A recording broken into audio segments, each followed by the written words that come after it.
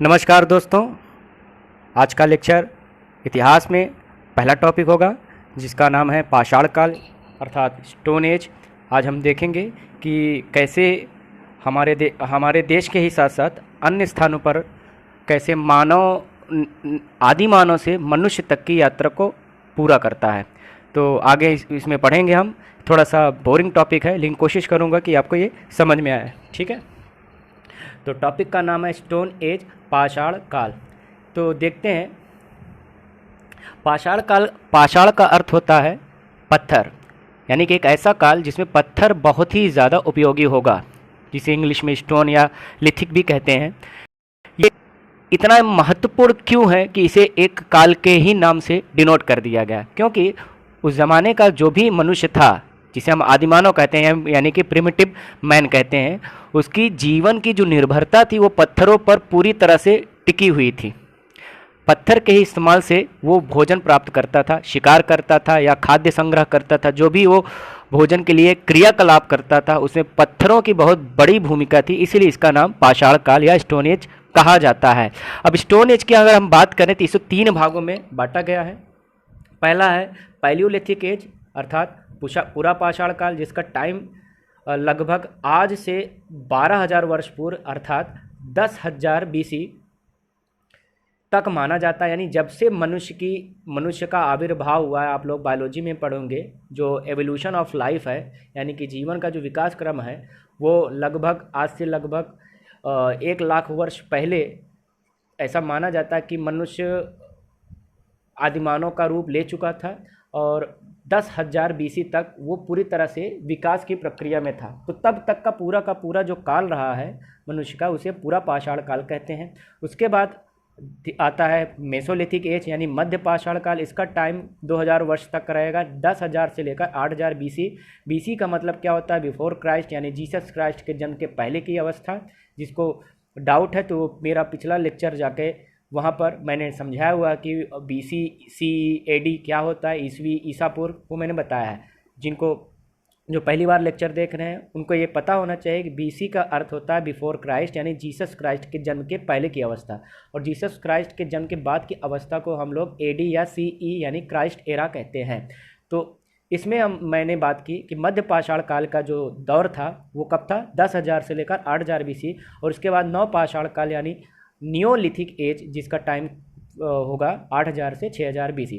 हम एक एक करके पूरा पाषाण काल, मध्य पाषाण काल और नव पाषाण काल को देखते हैं।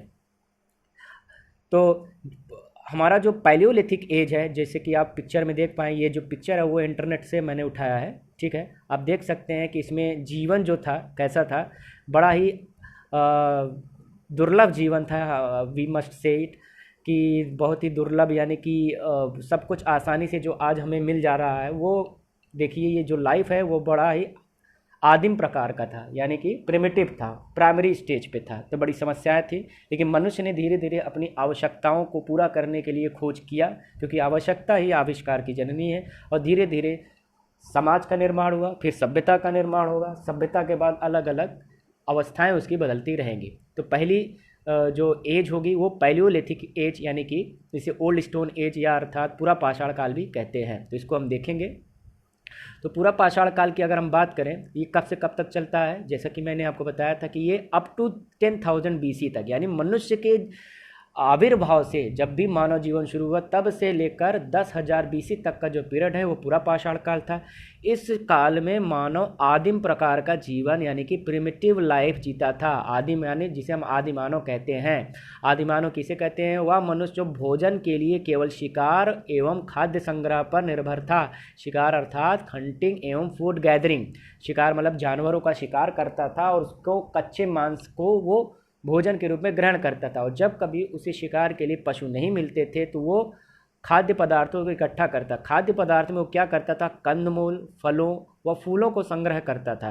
कंदमूल यानी स्टेम, रूट्स, जो फ्लावर्स होते हैं, जो फ्रूट्स होते हैं, जो प्राकृतिक रूप से उसे प्राप्त होती थी, उसकी खेती नहीं करता था। वो जो प्राकृतिक रूप से उसे प्राप्त होता उसी को भोजन के रूप में वो ग्रहण करता था और उससे एनर्जी प्राप्त करता था। रहता कहाँ था भाई? भोजन की समस्या सुलझ गई भाई, शिकार और खाद्य संग्रह से हो जाता था। रहता कहाँ था? तो वो भवन या किसी घर में नहीं रहता था, वो गुफाओं में आश्रय लेता था या गुफाओं में या जंगलों में वो रहा करता था। शिकार के लिए वो कैसे काम करता था, वो पत्थर के बने औजारों का यानी स्टोन मेड टूल्स का इस्तेमाल करता था, जिसमें हैंड एक्स यानी हाथ की कुल्हाड़ी, क्लीवर और स्क्रैपर। देखिए ये जो स्क्रैपर, क्लीवर या हैंड एक्स, ये पूरे के पूरे पत्थरों के बने होते थे। इसको पत्थरों पर ही रगड़ रगड़ कर शार्प किया जाता था, नुकीला किया जाता था, जिससे जानवरों का शिकार किया जा सके, उनकी खाल को निकाला जा सके और उसे छोटे छोटे टुकड़ों में बांट कर खाया जा सके। तो इस तरह से वो पूरा पाषाण काल में मनुष्य इन पत्थरों के औजारों का प्रयोग करता था। आगे देखते हैं और क्या विशेषता है पूरा पाषाण काल की। तो पूरा पाषाण काल में एक महत्वपूर्ण घटना ये घटी कि आग की खोज हो गई। क्या आग की खोज हुई है, वो पूरा पाषाण काल यानी कि पैलियोलिथिक एज में डिस्कवरी ऑफ फायर हुई है। तो ये एग्जाम में पूछा भी जाता है कि कौन से काल में आग की खोज हुई, तो कौन से काल में हुई है, पूरा पाषाण काल में। और जब आग की खोज हो गई तो आग की खोज से जो मनुष्य था वो पका हुआ भोजन करने लगा। जब पका हुआ भोजन वो करने लगा तो इससे क्या हुआ, जो कच्चे भोजन को पचाने में मनुष्य का अतिरिक्त एनर्जी खर्च होती थी, तो वो एनर्जी बची और उस एनर्जी का इस्तेमाल उसने दूसरी चीज़ों में किया। इससे उसके मस्तिष्क यानी कि ब्रेन का विकास हुआ और उसने अलग अलग आविष्कारों को जन्म देना शुरू कर दिया। तो आगे की खोज मानव सभ्यता में या मानव के इतिहास में बहुत ही महत्वपूर्ण घटना मानी जाती है, जो कि किस काल में हुई है, ये पूरा पाषाण काल यानी पैलियोलिथिक एज में हुई है। अब प्रश्न ये उठता है कि हमें कैसे पता चला कि आग की खोज पूरा पाषाण काल में ही हुई थी, कैसे पता चला। तो ऐसा माना जाता है कि जब कर्नूल है, आंध्र प्रदेश में है, अगर आपको मैप में देखोगे पता चलेगा। जैसे कि अगर हम बात करें, ये हमारा आंध्र प्रदेश है, ठीक है, नीचे तमिलनाडु है, तो ये जो बीच का क्षेत्र है ये कर्नूल है। तो इस कर्नूल में एक गुफा में राख के ढेर प्राप्त हुए हैं, ट्रेस ऑफ एशेस प्राप्त हुए हैं। इस ट्रेस ऑफ एशेस की जब आयु निकाली गई तो वो इसी काल में पाया गया। तो इससे साफ जाहिर होता है कि गुफा में अगर राख के ढेर मिले यानी कि उसे जलाया गया होगा। तो जलाया किसने, ऑब्वियस सी बात है, मनुष्य ने ही जलाया होगा, यानी कि आग की खोज पूरा पाषाण काल में हो गई थी। क्लियर है। अब ये प्रश्न उठता है कि उससे आयु कैसे पता चला। ये हमने आपको पिछले लेक्चर में बताया कि इसके लिए C14 डेटिंग टेक्निक का इस्तेमाल करते हैं, वो मैंने समझाया है। जिनको समझना है वो पिछले लेक्चर में देख सकते हैं। तो पूरा पाषाण काल में एक और महत्वपूर्ण चीज़ क्या है कि मानव जीवन के जो भारत में प्रथम साक्ष्य मिलते हैं, ये एग्जाम में कई बार पूछा गया कि first evidence of human life exist in which of the following cave, ऐसे करके क्वेश्चन पूछे जाते हैं। तो भीमबेटका की जो गुफा है, कहाँ पे, भीमबेटका की जो गुफा है ये एक मिनट, भीमबेटका की गुफा यानी भीमबेटका केव, ये रायसेन मध्य प्रदेश में है। यहाँ पर मानव जीवन के पहले साक्ष्य प्राप्त होते हैं। इसको और आज अच्छी तरह समझने के लिए हमें एक इमेज को देखना होगा। देखिए ये भीमबेटका की गुफा है। एक मिनट, भीमबेटका की गुफा को देखा जाए तो इस गुफा में जो ये चित्र मिले हैं, ये जो डायग्राम मिला है, ये फिगर मिले हैं, ये मनुष्य द्वारा बनाए गए हैं। और जब इन डायग्रामों का आयु निकाली गई तो इसी पीरियड की मालूम हुई। तो व्यक्ति चित्र क्यों बना रहा है, यहाँ पर किस प्रकार का चित्र बना रहा है, जाहिर सी बात है वो जो जीवन में करता था, उसका जो भी दैनिक क्रियाकलाप थे, जो भी डेली रूटीन था उसका, वो उसे उकेर देता था। प्रश्न उठता है कि गुफा में क्यों। हो सकता है कि बाहर जो है बारिश लगातार वर्षा चल रही हो या ठंड बहुत ज़्यादा लग रही हो, तो वो आश्रय लेने के लिए जब गुफा में आया, यहाँ पर अब जैसे हम लोग लॉकडाउन में फंसे हैं तो इस समय क्या देख रहे हैं, मूवी देख रहे हैं, या जो भी आप किसी को सिंगिंग का शौक़ है वो सिंगिंग कर रहा है, कुछ भी ना कुछ कर रहा है, अपने आप को बिज़ी रख रहा है, क्योंकि बिज़ी रखना बहुत ज़रूरी होता है। तो उस समय के पास भाई किसी के पास तो ना आटा थी ना डाटा थी, जियो भी नहीं था, तो क्या करते, कैसे लोग जीवन या मतलब जीवन इस खाली दौर में क्या किया जाए। तो उसने क्या किया, जो उसके दिमाग में था, जो उसकी जो मेमोरी थी, उसने उकेर दिया। तो ये जो चित्र हमने देखने को मिला हमें भीमबेटका की गुफा, ये पूरा पाषाण कालीन है। और इससे, और ये कहाँ पर है, ये भीमबेटका मध्य प्रदेश में, जो कि प्राचीनतम साक्ष्य भारत में मानव जीवन के प्राप्त होते हैं। एग्जाम में कई बार पूछा गया है। अब आगे बढ़ते हैं। तो ये कुछ महत्वपूर्ण बात थी पूरा पाषाण काल की। अब हम देखते हैं मध्य पाषाण काल। देखिए मध्य पाषाण काल में थोड़ा सा जीवन में बदलाव होगा। इस काल में मानव के पत्थरों के औजारों का जो आकार था वो थोड़ा सा टिनी हो गया है, टिनी अपने छोटा हो गया और ज़्यादा शार्प और ज़्यादा एडवांस हो गया। इसीलिए यहाँ पर ये इसको मध्य पाषाण काल या मेसोलिथिक एज कहते हैं। ये 10,000 से 8,000 बीसी तक लगभग 2000 वर्षों तक ये चला था। इस काल में ऐसा जो साक्ष्य मिले हैं, जब आप ज्योग्राफी पढ़ेंगे या जब भी मैं ज्योग्राफी का लेक्चर लूँगा तो आपको बताऊंगा कि जब मानव जीवन की शुरुआत, जिसे हम मानव युग कहते हैं, तो ज्योग्राफी में उसे चतुर्थ युग में माना गया है। पृथ्वी के विकास का वो चतुर्थ युग था। तो जो मानव युग है उसमें जो पहला था प्लीस्टोसीन और दूसरा था होलोसीन। तो होलोसीन अभी नहीं आया था, एक मिनट। प्लीस्टोसीन में जो पहला था प्लीस्टोसीन, वहाँ पर आइस एज हुआ करता था। आइस एज मतलब बहुत ज़्यादा सर्दियाँ पड़ती थी। तो प्लीस्टोसीन के बाद जब होलोसीन आया, यानी दूसरा युग आया, तो होलोसीन में क्या हुआ, जलवायु में परिवर्तन हुआ, क्लाइमेट में चेंज हुआ, जिससे क्या हुआ, वातावरण पहले की तुलना में गर्म हो गया। इससे क्या होगा, इससे जीवन में बदलाव आने शुरू हुए। अब पूछोगे कि ये कैसे पता चला कि जलवायु परिवर्तन के साक्ष्य कैसे मिले? क्योंकि जो हमें डेड बॉडीज़ मिले हैं, जो मनुष्य के हमें डेड बॉडीज़ मिले, उसमें बाल बहुत ज़्यादा हैं। उनके शरीर पे बाल बहुत ज़्यादा हुआ करते। तो किसी भी बॉडी में बाल तब ज़्यादा होती हैं जब सर्दियाँ ज़्यादा होती है। उस बाद के जो भी डेड बॉडीज़ मिले, उनके शरीर पर बाल की संख्या कम थी। तो अब समझ में आ रहा है कि जलवायु परिवर्तन हुआ, तो उस जलवायु परिवर्तन को रिएक्ट करने के लिए, रिस्पॉन्ड करने के लिए बॉडी में ये चेंजेस देखने को मिली। तो इसलिए हम कह सकते हैं कि मेसोलिथिक एज में क्या हुआ था, जलवायु परिवर्तन हुआ था और इसमें पहले की तुलना में गर्मी बढ़ गई थी। और इस कारण से, जलवायु परिवर्तन के कारण से जो जंगल थे, जंगल में भी कमी आने लगी थी। मैं आपको समझाऊंगा कैसे हुआ। लेकिन इसमें सबसे महत्वपूर्ण फैक्ट ये है कि इस काल में मनुष्य ने पशुपालन करना सीख लिया था। He used to domesticate the animals, यानी कि जो पेट्स जिसे हम आजकल कहते हैं, तो गाय, बकरी, भेड़, ये आदि जो हम पशुपालन करते हैं, ये परंपरा कब से शुरू हुई, ये प्रक्रिया कब शुरू हुई है? ये मध्य पाषाण काल में हुई है। पशुपालन मानव ने मध्य पाषाण काल में प्रारंभ किया, जो कि बहुत ही ज़्यादा महत्वपूर्ण है। अब प्रश्न फिर से उठता है, अगर पशुपालन प्रारंभ हुआ तो उसके साक्ष्य कहाँ से मिले हैं? तो भारत में बागोर राजस्थान तथा आदमगढ़ मध्य प्रदेश से ये साक्ष्य मिले हैं। तो एग्जाम में पूछा भी जाता है कि बागोर राजस्थान या आदमगढ़ मध्य प्रदेश में किस चीज़ के साक्ष्य मिले हैं? तो यहाँ पर पशुपालन के साक्ष्य प्राप्त होते हैं। और इससे ज़्यादा महत्वपूर्ण बात नहीं है मध्य पाषाण काल में। मध्य पाषाण काल में दो चीज़ें याद रखनी है, पशुपालन और दूसरा जलवायु परिवर्तन। अब ये पशुपालन कैसे डेवलप हुआ होगा, ये आगे देखते हैं।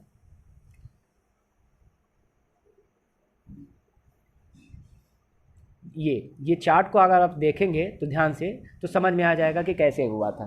तो जैसे कि हमने आपको बताया कि क्लाइमेट चेंज हुआ, यानी जलवायु परिवर्तन हो, उससे तापमान में वृद्धि हुई, टेम्परेचर बढ़ा, गर्म टेम्परेचर हुआ। गर्म टेम्परेचर के बाद वहाँ पर वर्षा में कमी आई। जब वर्षा में कमी आई तो जो वन हुआ करते थे, यानी फॉरेस्ट, उनमें डिक्लाइन आने लगा। फॉरेस्ट में डिक्लाइन के बाद क्या हुआ, ग्रासलैंड यानी घास स्थल का विकास हुआ। पहले जंगल ज़्यादा थे, घास अब आने लगे, यानी कि जानवर में भी कमी आने लगी।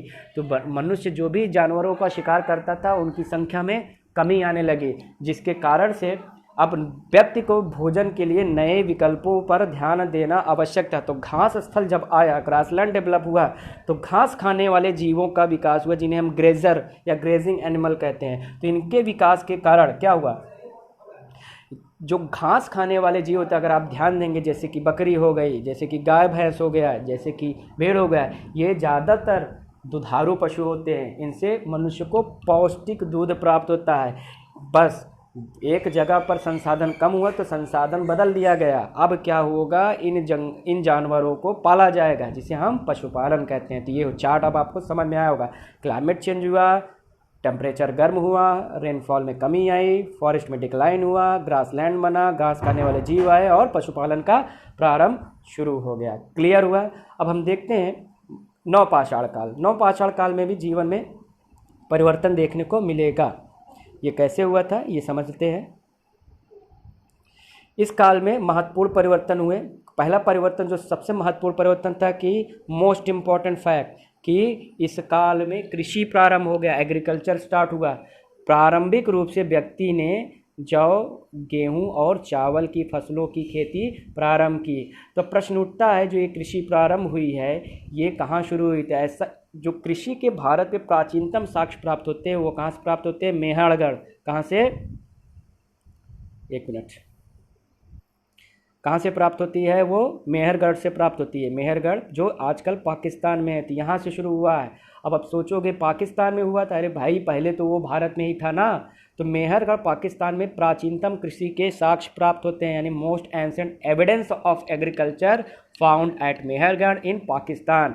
और मेहरगढ़ में एग्जाम में पूछा जाता है जौ और गेहूं की कृषि के साक्ष्य मिलते हैं, वहाँ पर चावल नहीं उगाए गए थे। अब प्रश्न उठता है क्यों? अगर आप ध्यान दें तो भारत का जो लोकेशन है, ये भारत मान लेते हैं और ये पाकिस्तान मान लेते हैं, तो पाकिस्तान का जो ये एरिया है ये ठंडे प्रदेशों में आ जाएगा तुलना में। अगर हम तुलनात्मक रूप से देखें तो चावल के लिए गर्मी चाहिए होती है, तो यहाँ पर सर्दियाँ चूँकि ज़्यादा पड़ती रही होंगी, जिसकी वजह से वहाँ पर गेहूँ और जौ को उगाया गया है। चावल के लिए गर्मी चाहिए होती है। अब चावल की खेती कहाँ शुरू होगी? जाहिर सी बात है ये कहाँ चालू होगा? ये इधर चालू होगा, यानी कि जहाँ पर गर्मी होगी, इसीलिए उसका जलवायु का भी असर हुआ। ठीक है, तो चावल का जो प्रथम साक्ष्य मिलता है वो कोल्डी हवा, कहाँ से मिलता है? कोल्डी हवा, प्रयागराज जो इलाहाबाद है यहाँ से प्राप्त होता है कोल्डी हवा, जहाँ पर चावल की कृषि के साक्ष्य मिले हैं। इसके अलावा जो कुछ विचित्र चीज़ें देखने को मिली, बड़ा ही इंटरेस्टिंग चीज़ें जो देखने को मिली, वो ये कि गुफ कराल एक प्लेस है और बुर्ज होम जम्मू एंड कश्मीर में है। यहाँ पर मानव शव के साथ यानी ह्यूमन डेड बॉडीज़ के साथ डॉग्स यानी कि कुत्तों को भी बरी कर दिया जाता था, दफना दिया जाता था। अब एनसीईआरटी क्लास 6 अगर आप पढ़ो तो उसमें बताया गया है कि हो सकता है कि जो उस समय का मनुष्य था उसने ये सोचा कि ये जो मर गया है ये किसी और दुनिया में चला गया, वहाँ पर बेचारा अकेला होगा, क्यों ना इसके पालतू को भी इसमें दफना दिया जाए, तो दोनों साथ में रहेंगे तो काम हो जाएगा, मतलब अकेलापन नहीं होगा। तो इस तरह का अपना फ़नी एक रीज़न दिया गया है। लेकिन रीज़न कुछ भी हो, हमें ये देखना है कि एग्ज़ाम में पूछा जाता है ऐसा कौन सा पाषाणकालीन स्थल है जहाँ पर कुत्तों को दफनाने की परंपरा मनुष्य के साथ थी। तो गुफ कराल और बुर्ज होम जम्मू एंड कश्मीर। कोल्डी हवा से क्या प्राप्त हुआ है? चावल के साक्ष्य। मेहरगढ़ में क्या हुआ? गेहूं और जौ के साक्ष्य। इसके अलावा और परिवर्तन जो देखने को मिले वो समझते हैं कि जो है कि पहिए का भी आविष्कार इसी काल में होगा। देखिए अब देखिए समझ, अब जो है धीरे धीरे मैंने बताया था ना कि मनुष्य ने पका हुआ भोजन प्रारंभ कर दिया खाना, दिमाग अब चलने लगा है, तो दिमाग चलने के कारण उसने आविष्कार करना शुरू किया। कृषि का आविष्कार, अब पहिए का आविष्कार। जब पहिए का आविष्कार हुआ तो इससे उसने मिट्टी के बर्तन बनाने शुरू कर दिए। क्यों हुआ वो समझते हैं थोड़ा सा, इसको ये कैसे हुआ इसको थोड़ा सा समझ लेते हैं। ये देखिए हुआ क्या, एक मिनट,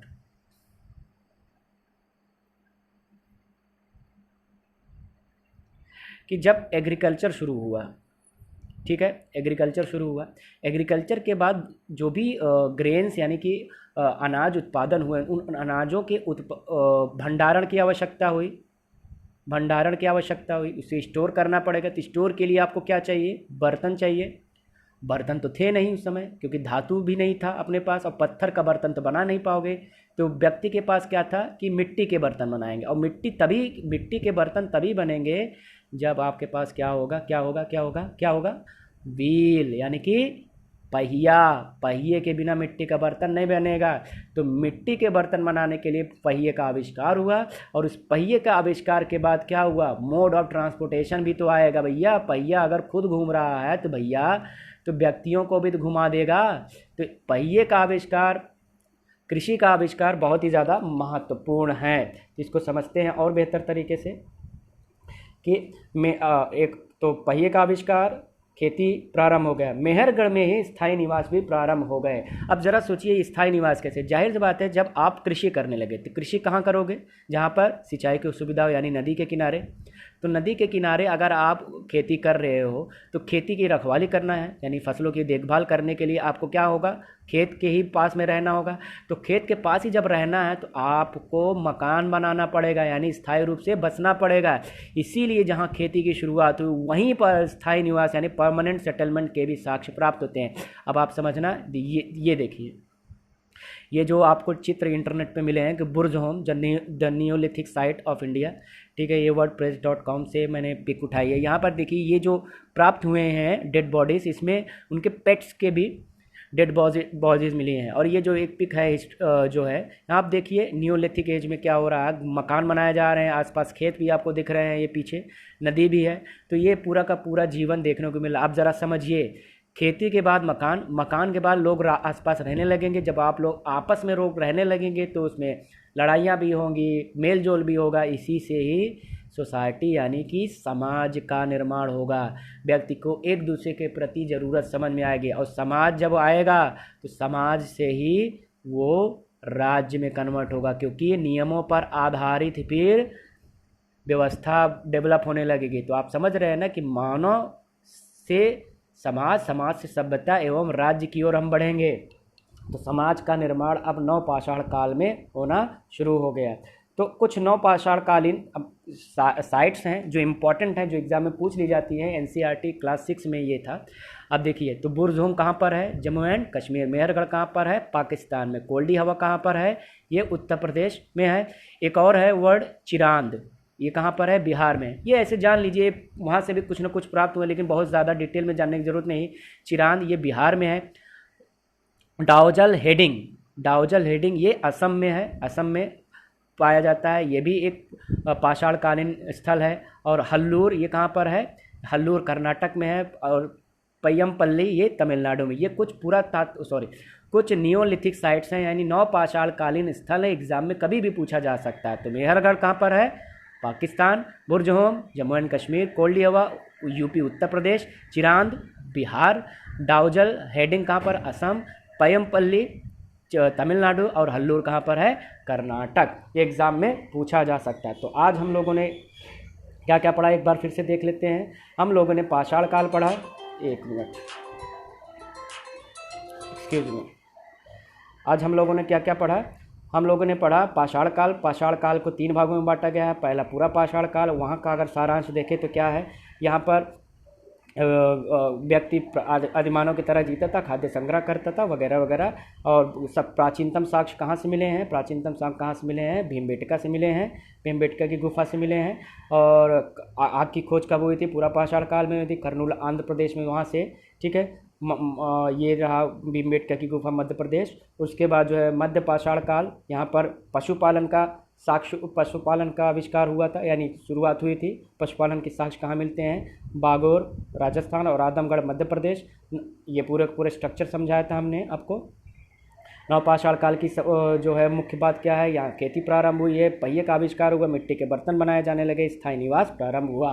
तो ये था पाषाण काल। होपफुली आपको समझ में आया होगा। थैंक यू ऑल, आज के लिए इतना ही।